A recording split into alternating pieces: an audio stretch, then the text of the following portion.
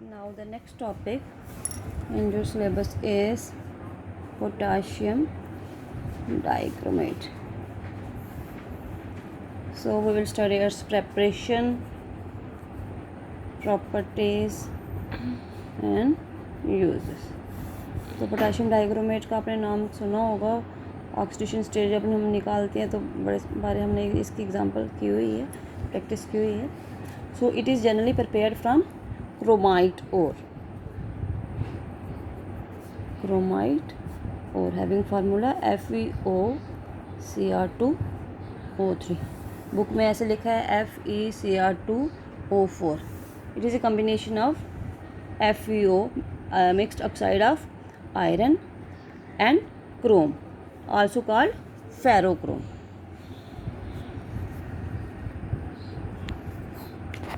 So it involves following steps. First step is conversion of chromite ore into sodium chromate. इसे chromite ore है, you can write like this or this. ठीक है. तो with sodium hydroxide इसके oxidation करेंगे, fusion, तो it will give Na2Cr O4 plus Fe2O3 plus H2O. Now this sodium chromate is formed. This is the first step. You can write like this. This is chromite ore, sodium hydroxide, oxidation from air, oxygen from air, fusion, sodium chromate plus ferric oxide plus water. Or you can do it with sodium carbonate.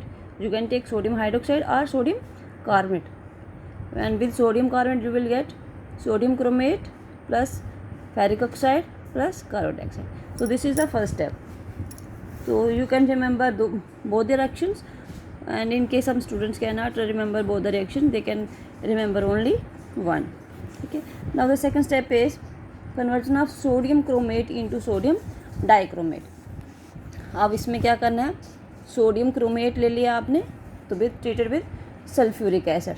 This is with concentrated sulphuric acid, and you will get sodium dichromate plus sodium sulphate and water. Upon cooling sodium sulphate get crystallised leaving sodium dichromate in orange colour solution. तो इसके precipitate बन जाएंगे तो ये solution में आ जाएगा. Next is the conversion of sodium dichromate into potassium dichromate. तो पोटेशियम साल्ट से ट्रीट करेंगे सोडियम क्रोमेट को, डाइक्रोमेट को KCl से. You will get NaCl plus potassium dichromate. So these three steps you have to follow. First step is conversion of chromite ore into sodium chromate. Second is conversion of sodium chromate into sodium dichromate, and third is sodium dichromate into potassium dichromate, that is K2Cr2O7. Next is its properties. Physical state. It forms orange red crystals which melts at 669 Kelvin. It is moderately soluble in cold water but freely soluble in hot water.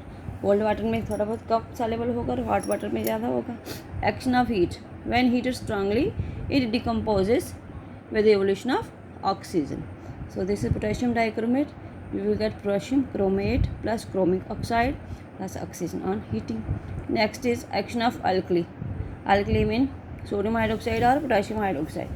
When an alkali is added to orange red solution containing dichromate ions, a yellow solution is formed due to formation of chromate ions. तो ये reaction दी हुई है.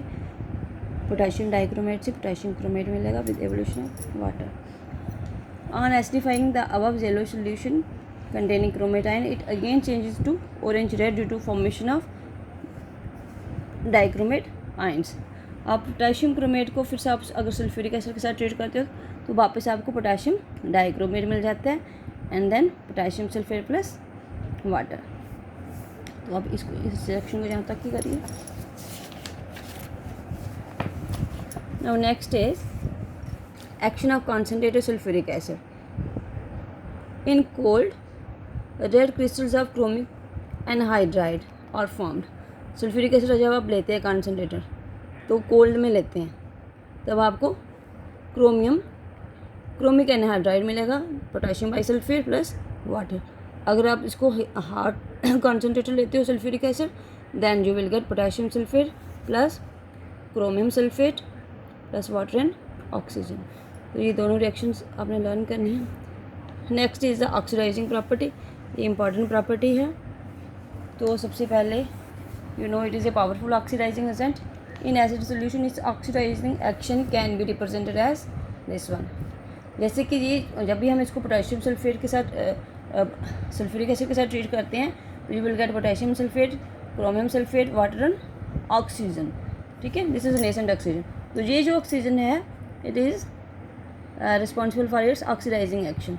ठीक है, तो ये आप सिर्फ ये रिएक्शन लिख सकते हैं, इसको चाहे आयनिक रिएक्शन को चाहे ना लिखिए। फिर ये आ गया, it oxidises iodides to iodine. अब कुछ स्टूडेंट्स जो है वो स्टेप बाय स्टेप दोनों कर सकते हैं। पोटेशियम डाइक्रोमेट को आपने सल्फ्यूरिक एसिड के साथ ट्रीट किया, potassium sulphate, chromium sulphate, water oxygen, जैसे ये वाली रिएक्शन ऊपर वाली रिएक्शन सेम देनी है। ठीक है, तो ये ऐसे ही पोटेशियम आयोडाइड के साथ sulphuric acid plus nascent oxygen plus potassium sulphate, iodine plus water into, ये 3 टाइम्स क्यों लिखा है कि इसको भी हम 3 टाइम्स करेंगे तो ये ऑक्सीजन जो है वो कैंसिल हो जाएगी। तो ओवरऑल रिएक्शन क्या है, K2Cr2O7 plus sulphuric acid 7 time, 4 यहाँ है तो इस सारी इक्वेशन को हम 3 से मल्टीप्लाई कर रहे हैं तो 4 + 3 7 होगी, plus potassium iodide gives rise to sulphuric acid, 1 यहाँ है 3 यहाँ है तो 4 टाइम्स होगी, plus chromium sulphate plus water और आयोडीन। चाहे तो दोनों स्टेप में ये रिएक्शन लिखिए और फिर ओवरऑल तीनों रिएक्शन से लिखनी है। अगर आपने ये तीनों नहीं लिखनी, सिर्फ एक लिखनी, तो फिर ये लास्ट वाले लिखनी। This is the overall reaction, ये लास्ट वाले। Okay, now next is it oxidises ferrous salts to ferric salts. जैसे सेम रिएक्शन, फर्स्ट वाली रिएक्शन जो वो सेम रहेगी हर टाइम में, और सेकेंड में ferrous sulphate, sulphuric acid plus oxygen जो है नेसेंट ऑक्सीजन, तो फेरस से फेरिक में चेंज हो रहा है, Fe2SO4 ट्राइस प्लस वाटर। आगे फिर से ओवरऑल रिएक्शन लिख लीजिए, पोटेशियम डाइक्रोमेट, ठीक है, फेरस सल्फेट यहाँ 2 टाइम्स है और यहाँ 3 है तो 6 हो गया, सल्फ्यूरिक एसिड 4 है, 3 7 हो गया, potassium sulphate plus chromium sulphate plus ferric sulphate plus water. The above reaction is used in estimation of ferrous ion in the volumetric analysis. तो सेम आप यहाँ या तो तीनों रिएक्शंस लिखिए, नहीं तो ये लास्ट वाली तो लिखनी है, ये important reaction. Next is it oxidises H2S2S। तो बेहतर आप तीनों लर्न कर लीजिए क्योंकि ये फर्स्ट रिएक्शन जो है सब में सेम रहेगी, थर्ड तो आपने लर्न करनी है, तो ऐसे आप दोनों करोगे तो आपको अब ज़्यादा अंडरस्टैंडिंग आएगी। तो यहाँ वही पोटेशियम सल्फेट, क्रोमियम सल्फेट जो भी है। देन H2S2S, तो H2S को आपने लिया, उसकी ऑक्सीडेशन वाटर प्लस एस, ठीक है, हाइड्रोजन सल्फाइड से सल्फर बन रहा है। फिर ओवरऑल रिएक्शन जो है वो प्लस करके लिख लीजिए। नेक्स्ट है sulphides to sulphates. First reaction same, यहाँ आपने सोडियम सल्फाइड लिया हुआ है, सोडियम सल्फाइड की ऑक्सीडेशन से सोडियम सल्फेट, वही उसको बैलेंस करने के लिए 3 से मल्टीपल किया हुआ है, 3 जैसे कट जाएगा, potassium dichromate, sulphuric acid, sodium sulphide और you will get potassium sulphate, chromium sulphate, water और सोडियम सल्फेट। ये तीनों रिएक्शंस ये कर लीजिए। नेक्स्ट है it oxidises sulphur dioxide to sulphuric acid. तो सल्फर डाइऑक्साइड से हम करेंगे। नेक्स्ट है it oxidises sulphur dioxide to sulphuric acid. तो सल्फर डाइऑक्साइड ऐसे SO2, इसकी ऑक्सीडेशन करेंगे, it will give sulphuric acid on treatment with water, ठीक है, potassium dichromate, SO2, H2SO4, potassium sulphate, chromium sulphate और water. Next is halogen acids, HCl2, इसे Cl2 आ गया, इसकी ऑक्सीडेशन करेंगे। तो अभी तो मैं फ़िलहाल ऐसे ही आपको रिएक्शन ये बता रही हूँ, इनके साथ अगर आपको कोई प्रॉब्लम आती है तो जब भी स्कूल खुलेंगे तो हम इसको फिर से कर सकते हैं, ठीक है। अभी तो आप आई थिंक आपको समझ तो आ ही रही होगी क्योंकि फर्स्ट रिएक्शन सब में सेम है। सेकेंड जैसे it oxidises stannous chloride to stannic chloride, तो स्टेनलेस क्लोराइड आपने लेना है, HCl आपने लिया है, ऑक्सीडेशन कर रहे हैं इसकी, तो it will give stannic chloride plus water. फिर दोनों रिएक्शंस को ऐड करके ये ओवरऑल रिएक्शन आ गई, ठीक है। Next ethyl alcohol to acetaldehyde and acetic acid. First reaction same है, इथाइल अल्कोहल C2H5OH, इसकी ऑक्सीडेशन विल गेट एसिटाल्डिहाइड और वाटर। ये एस्टल्डिहाइड की ऑक्सीडेशन करेंगे फिर एसिटिक एसिड मिलेगा। तो ये रिएक्शन भी इंपॉर्टेंट है, एग्जाम में बहुत बार आती है। कई बार तो इसकी सारी ऑक्सीडाइजिंग प्रॉपर्टीज आ जाते हैं, तो कई बार बीच बीच में पूछ लेते हैं। Next is reducing property. Potassium dichromate can also act as a reducing agent in acidic medium. It reduces hydrogen peroxide. तो हाइड्रोजन पेरोक्साइड की जब ऑक्सीडेशन करें तो वाटर प्लस ऑक्सीजन, ये ओवरऑल रिएक्शन है। Potassium dichromate, sulphuric acid, hydrogen peroxide, potassium sulphate, this chromium pentoxide plus water. तो ये CrO5 chromium pentoxide, इधर Cr होगा, इसका ये स्ट्रक्चर है, ठीक है, बटरफ्लाई लाइक स्ट्रक्चर है इसका। ये इसको हम ऐसे बनाते CrO।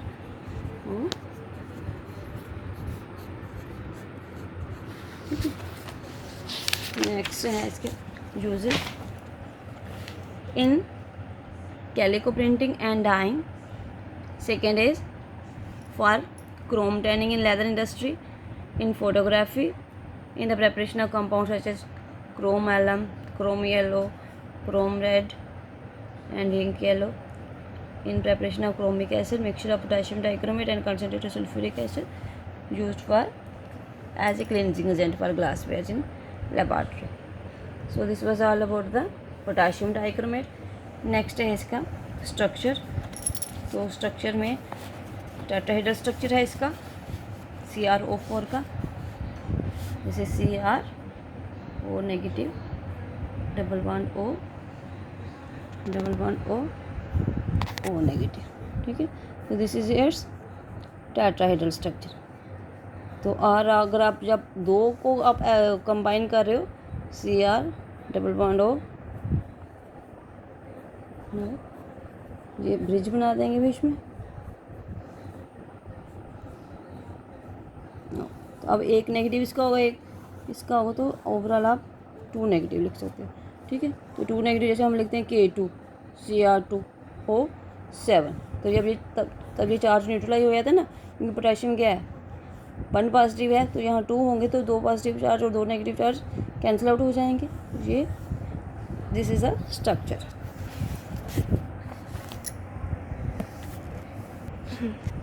तो नेक्स्ट आ गया potassium permanganate. Potassium permanganate is prepared on large scale from mineral pyrolusite MnO2। The preparation involves the following steps. तो इसमें फर्स्ट स्टेप है conversion of pyrolusite into potassium manganate, ठीक है। तो पहले पोटेशियम मैंगनेट बनेगा, उसके बाद पोटेशियम मैंगनेट से पोटेशियम परमैंगनेट।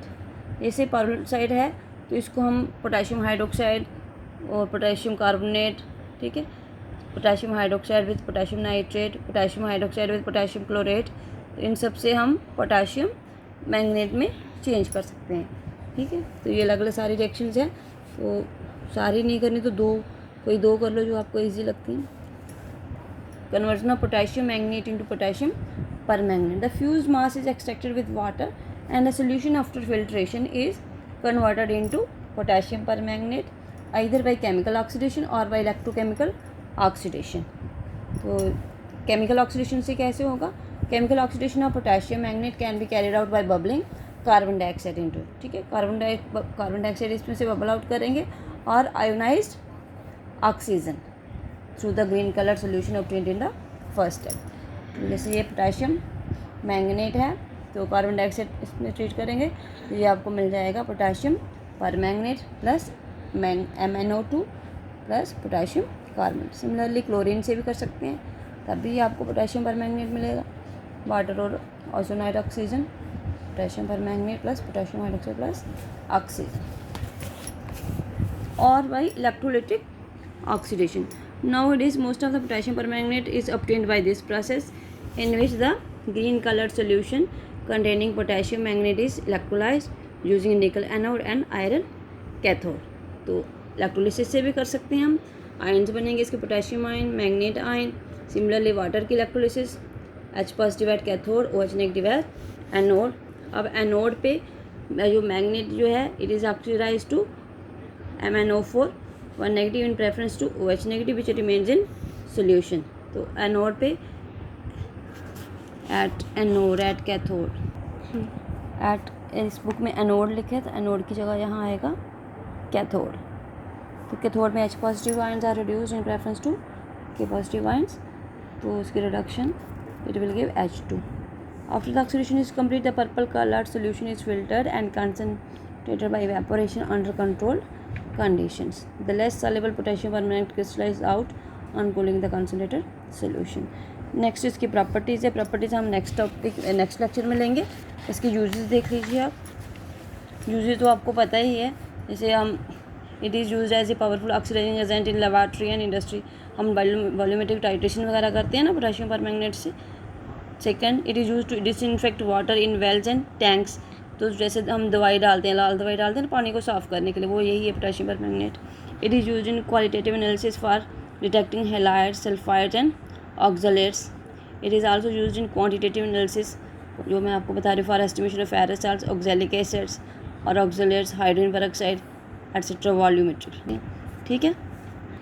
इसका स्ट्रक्चर और प्रॉपर्टीज़ हम नेक्स्ट लेक्चर में लेंगे. ठीक है. पोटाशियम डाइक्रोमेट को लर्न करना, अच्छी तरह लर्न करके रिएक्शंस को लिखने की प्रैक्टिस करना. तो आपको ये लर्न हो जानी चाहिए पहले. ये क्वेश्चन पहले ये लर्न कर लो. ये दोनों इंपॉर्टेंट क्वेश्चन है, पोटाशियम डाइक्रोमेट और पोटाशियम परमैंगनेट, दोनों में से एक आता है एग्जाम्स में. ओके बेटा.